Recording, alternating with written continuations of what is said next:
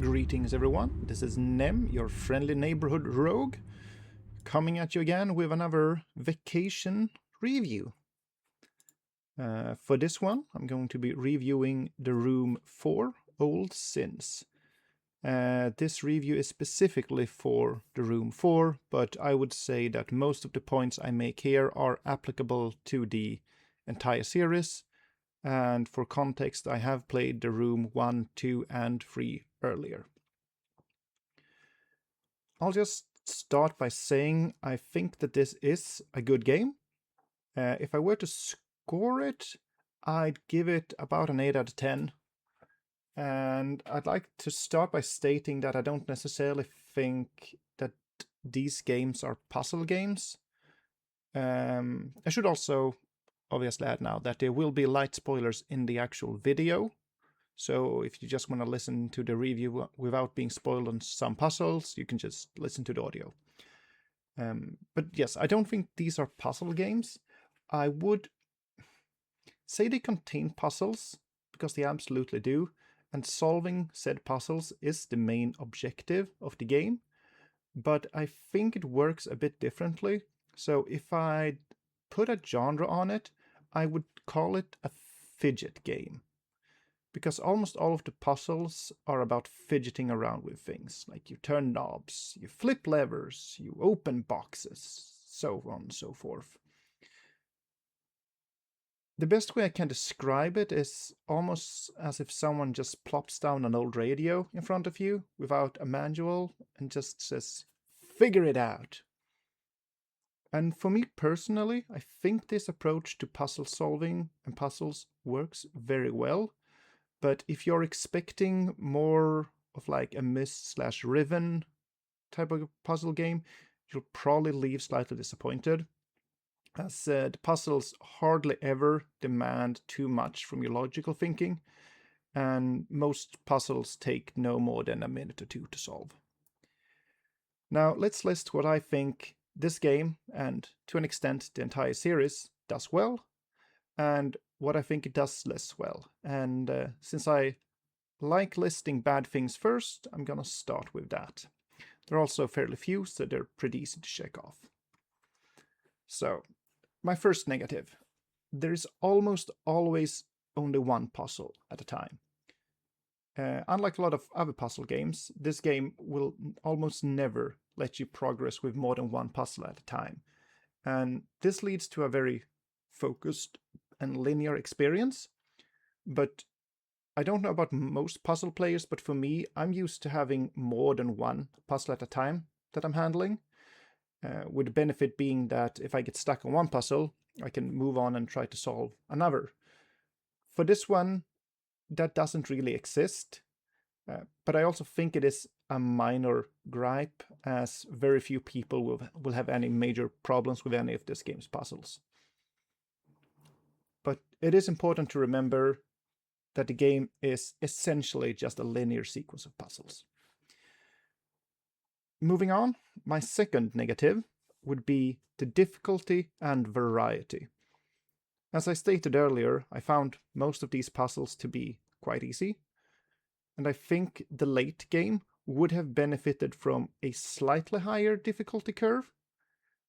But I will also say that most of these puzzles are visually varied, but the actual solutions are almost always similar. Like you slide something, turn something, flick a switch, etc. They are very mechanical in their design, which I love from a visual standpoint. Like all of it looks like some sort of intricate late 1800s to early 1900s machine. Love that. But it also means that the solutions are very samey. Now then, on to the good stuff. Firstly, presentation. It is being developed by a smaller team, and you would think that would show, but for the most part, the presentation is just absolutely spot on fantastic. And it really helps giving the game this dark, foreboding atmosphere.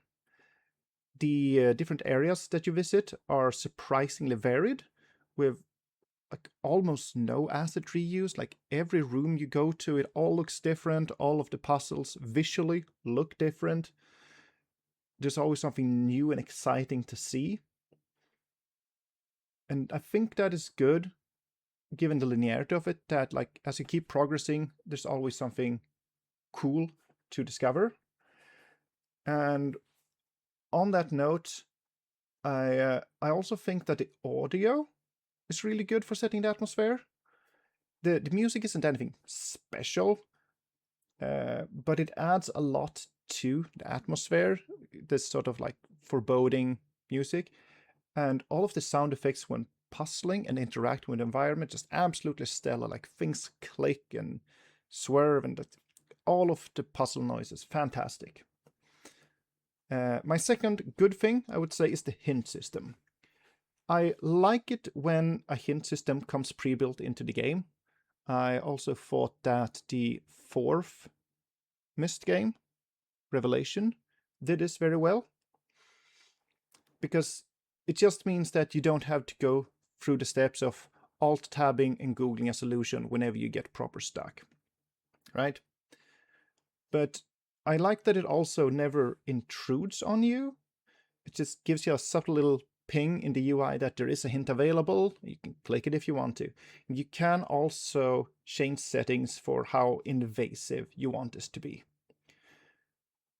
And it also ties pretty neatly into the linear structure of this game, since it assures that the player won't ever get completely stuck somewhere. Because, as previously mentioned, you can't swap between different puzzles, you always do the one puzzle at a time. If I were to give some criticism to it, I would say that the first hint, at least the times that I used it, is almost always useless. It would, with 99% guarantee, give me a bit of info I already knew. Oftentimes, like, you find an item in your inventory, you need to use it somewhere. I've already figured out the room to use it at, and I've already figured out the place to use it. I just can't figure out the exact spot where it goes. And usually that is reserved for the second or the third hint. Going back on it though, I used the hint system, I think, like maybe 4 times throughout the game, and most of the times it was because I had visually missed something important. And for some of these things, I think they could be marked slightly better. They do a really good job with when you pull down the camera obscura thing you have that lets you see hidden things. It usually does little blue indicators where important things are, just to help guide you.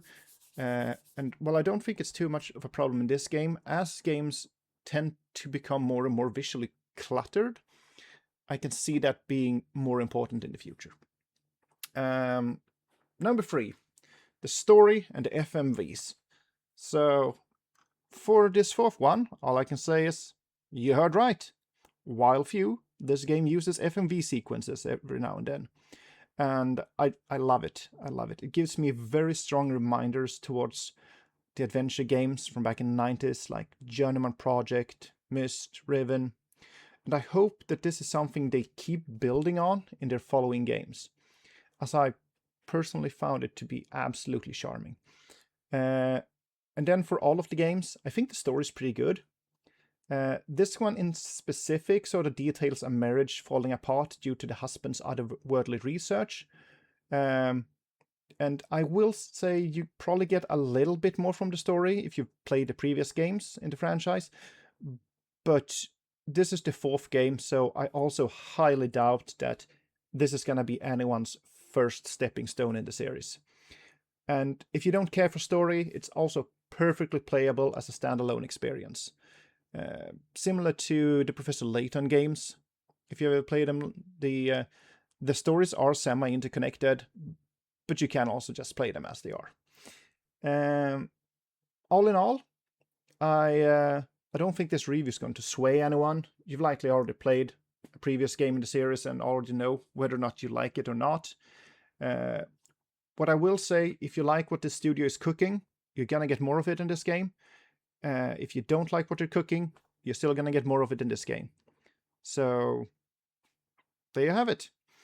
Now, they sell it for about I think it's 9-10ish euros.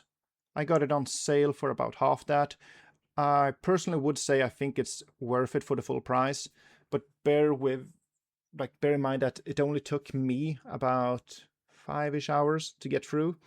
So your mileage may vary, but there's no bloat. Like, all of it is high quality content. But if you are looking for a longer experience, bear in mind that this one is not that. This has been Nem, your friendly neighborhood rogue. Have yourself a good summer.